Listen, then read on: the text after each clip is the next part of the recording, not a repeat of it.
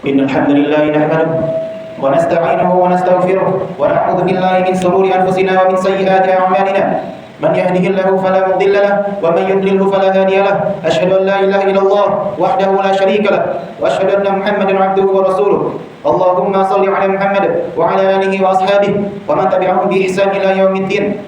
قال الله تعالى يا أيها الذين آمنوا اتقوا الله حق تقاته ولا تموتن إلا وأنتم مسلمون يا أيها الناس اتقوا ربكم الذي خلقكم من نفس واحدة وخلق منها زوجها وبث منهما رجالا كثيرا ونساء واتقوا الله الذي تساءلون به والأرحام إن الله كان عليكم رقيبا يا أيها الذين آمنوا اتقوا الله وقولوا قولا سديدا يصلح لكم أعمالكم ويغفر لكم ذنوبكم ومن يطع الله ورسوله فقد فاز فوزا عظيما. أما بعد فإن أصدق الحديث كتاب الله وخير الهدي هدي محمد صلى الله عليه وسلم وشر الأمور محدثاتها فإن كل محدثة بدعة وكل بدعة ضلالة وكل ضلالة في النار. معاشر المسlimin rahimakumullah, usikum wa nafsi bitaqwallah. Khatib wasiatkan kepada jamaah semuanya dan kepada diri pribadi untuk bertakwa kepada Allah dengan sebenar-benarnya takwa. Wala tamutunna illa wa antum muslimun, dan janganlah kalian mati kecuali dalam keadaan muslim, dalam keadaan berserah diri kepada Allah Subhanahu wa taala. Masyaallah muslimin rahimakumullah, di antara sifat seorang mukmin yang telah Allah kabarkan di Al-Qur'an adalah sifat khasyah. Khasyah adalah secara bahasa takut kepada Allah Subhanahu wa taala. Allah Subhanahu wa taala berfirman dalam Al-Quran surah Al-Anbiya ayat yang ke-48 dan 49. Allah Subhanahu wa taala berfirman, "Wa laqad atayna Musa wa Harun al-furqana wa diya'an wa dzikra lil muttaqin alladziina yakhshawna rabbahum bil ghaibi wa hum minas saa'ati mushfiqun." Kata Allah Subhanahu wa taala, sungguh kami telah karuniakan kepada Musa dan kepada Harun, yaitu apa? At-Taurat, kitab, ya, atau sebagai penerang, atau sebagai penjelas, atau sebagai petunjuk pada saat itu. Kemudian disertai di dalam ajaran-ajaran itu adalah ajaran-ajaran ketakwaan kepada Allah Subhanahu wa taala. Kemudian orang-orang yang bertakwa itu akan takut kepada azab Allah Subhanahu wa taala, sedang mereka tidak melihatnya dan mereka merasa takut akan hari kiamat. Itu adalah salah satu contoh atau dalil dari Allah Subhanahu wa taala yang menandakan bahwasannya kita itu harus mempunyai sifat khasyah atau takut kepada Allah Subhanahu wa taala. Masyaallah muslimin rahimakumullah, khasyah itu bukan hanya sekedar takut saja, tapi takut itu harus disertai dengan pengagungan kepada Allah Subhanahu wa taala. Kalau hanya sekedar takut saja, maka kita tidak ada bedanya ketika kita takut dengan singa, ketika kita takut dengan ular atau macan ataupun yang lainnya. Kalau seandainya kita tidak disertai dengan pengagungan, maka lihatlah ketika kita itu takut dengan singa, kita justru menjauhi singa, tidak akan patuh kepada singa. Itu kalau hanya sekedar takut. Ya sama, kalau kita hanya sekedar takut kepada Allah, maka justru kita akan menjauhi Allah. Maka justru kita tidak akan patuh kepada Allah. Kalau sekedar takut, maka dari itu butuh adanya pengagungan, merasa bahwa Allah itu memang maha besar, merasa Allah itu memang maha segalanya. Itulah yang membuat kita taat. Itulah yang kita harus taat kepada Allah dan harus mendekati Allah Subhanahu wa taala. Itu kalau dia takut disertai pengagungan. Maka itu kaum muslimin rahimakumullah, orang-orang yang paling takut kepada Allah adalah orang-orang yang berilmu. Makanya dalam surah Fatir ayat ke-28, innama yakhshallahu min ibadihil ulama. Sesungguhnya orang-orang yang takut kepada Allah adalah di antaranya para ulama atau orang-orang yang alim atau orang-orang yang berilmu tentang Allah Subhanahu wa taala. Kaum muslimin rahimakumullah, itulah pentingnya kita itu berilmu. Kita bukan ulama, kita bukan ahli hadis misalnya, kita bukan ahli tafsir misalnya. Tidak penting. Yang penting kita itu adalah tahu tentang Islam, dasar-dasar Islam, hukumnya yang dasar. Oh, salat lima waktu wajib. Oh, hukumnya ini sunnah. Oh, salat tarawih itu sunnah. Oh, hukum puasa wajib. Yang dasar-dasar saja. Itu yang perlu kita ketahui. Dan kalau seandainya kita itu bisa seorang alim, apalagi penceramah, apalagi seorang ulama, kalau seandainya orang alim tersebut tidak mau mengerjakan apa yang dia ilmui, Ya. Sementara dia itu sering kesana kemari ceramah, kemudian dipanggil kesana kemari, tapi dia sendiri tidak mengamalkan ilmunya, maka dapat ancaman dari Allah Subhanahu wa taala.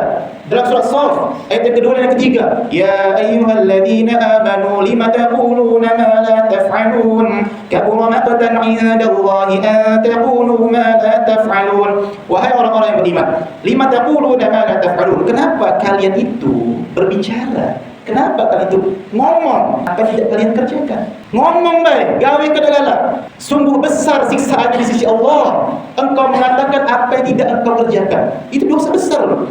Ya. Karena kita nasihati orang, oh jangan berzina, jangan riba, jangan lupa tutup aurat ketika main bola, misalnya. Tapi dia sendiri yang tidak tutup aurat, besar dosanya. Jadi kita perlunya takut kepada Allah. Di samping kita itu harus berilmu, tapi juga kita harus mengerjakan apa yang kita ilmu tersebut. Paham kita itu bahwasannya Allah itu Maha Esa. Paham bahwasannya Islam itu adalah agama yang sempurna.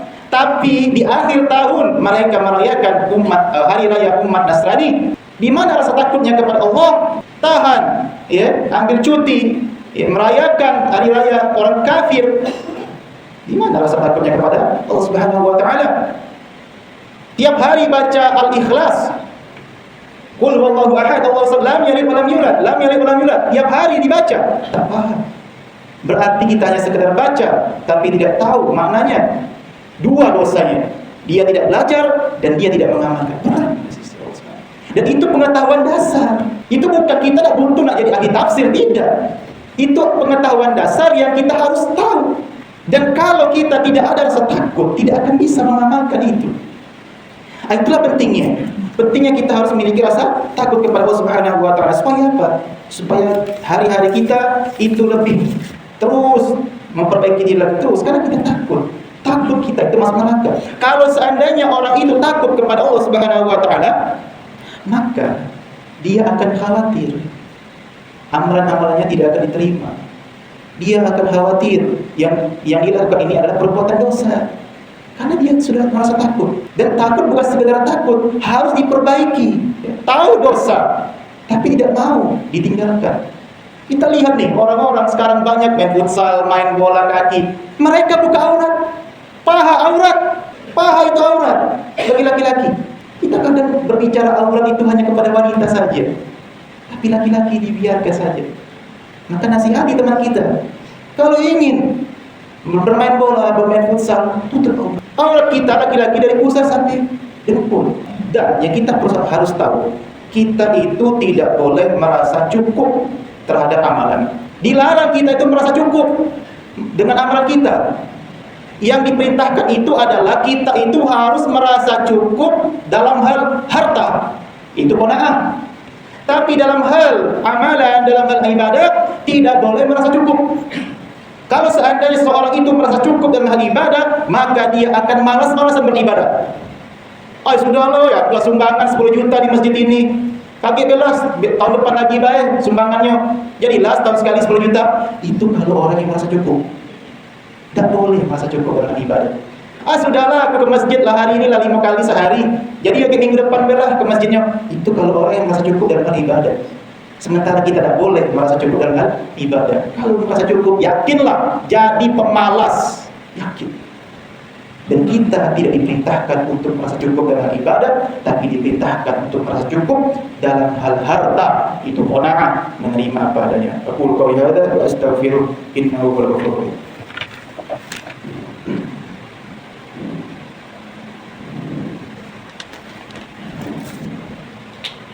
Alhamdulillah hamdan katsiran thayyiban mubarakan fi kama yuhibbu rabbuna wa yarda. Asyhadu an la ilaha illallah wahdahu la syarika lah wa asyhadu anna Muhammadan abduhu wa rasuluh. Allahumma shalli ala Muhammad wa ala Muhammad. Usikum wa nafsi bitaqwallah. Khatib wasiatkan kepada yang semuanya dan kepada khatib pribadi untuk bertakwa kepada Allah dengan sebenar-benarnya takwa. Wala tamutunna illa wa antum muslimun, dan janganlah kalian mati kecuali dalam keadaan muslim, dalam keadaan berserah diri kepada Allah Subhanahu wa taala. Kaum muslimin rahimakumullah. Pada yang kedua ini, maka khotib ingin berwasiat kepada diri khotib pribadi dan semuanya yang ada di sini. Selama kita itu belajar tentang agama Islam, maka ceklah diri kita. Apakah kita itu semakin belajar itu semakin takut kepada Allah, ataukah kita semakin belajar semakin membangkang kepada Allah Subhanahu wa taala? Karena ada orang yang semakin dia tahu hukumnya, hukum ini wajib, sunnah, makruh, haram, dia tahu, ya, tapi dia tidak mau mengerjakannya, dia menyepelekannya. Sunnah disepelekan, justru yang makruh dikerjakan. Sunnah-sunnah seharusnya itu dikerjakan semampu kita, bukan yang makruh yang kita harus kerjakan. Iya, oke, makruh tidak mendapatkan dosa, tapi bukan berarti kita itu semaunya akan mengerjakan. Apalagi yang wajib tidak kita kerjakan, maka di mana letak rasa takut kita kepada Allah Subhanahu wa taala? Kaum muslimin rahimakumullah. Allah Subhanahu wa taala berfirman, "Qad aflaha man tazakka." Maka beruntunglah bagi orang-orang yang mensucikan jiwanya, membersihkan dirinya dari kotoran-kotoran dosa. Beruntung orang-orang tersebut. Tapi di sisi lain, ya, Allah Subhanahu wa taala berfirman dalam surah An-Najm, "Fala tuzakku anfusakum huwa a'lamu biman ittaqa." Jangan kalian itu merasa diri kalian suci, merasa cukup amalan kalian, merasa bahwasanya sudah berilmu.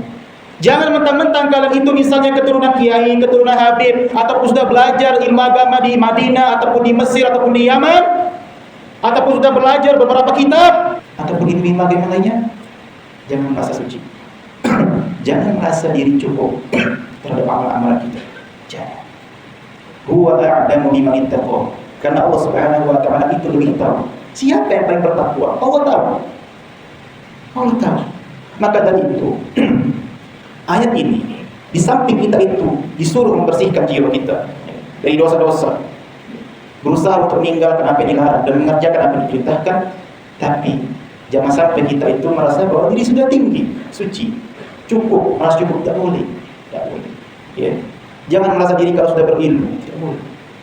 Santai saja, tidak usah terlalu dipikirkan.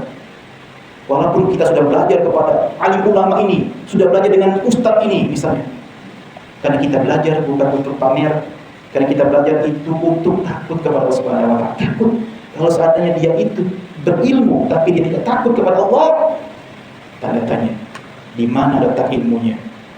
Ya, di mana letak ilmunya? Takutlah kepada Allah.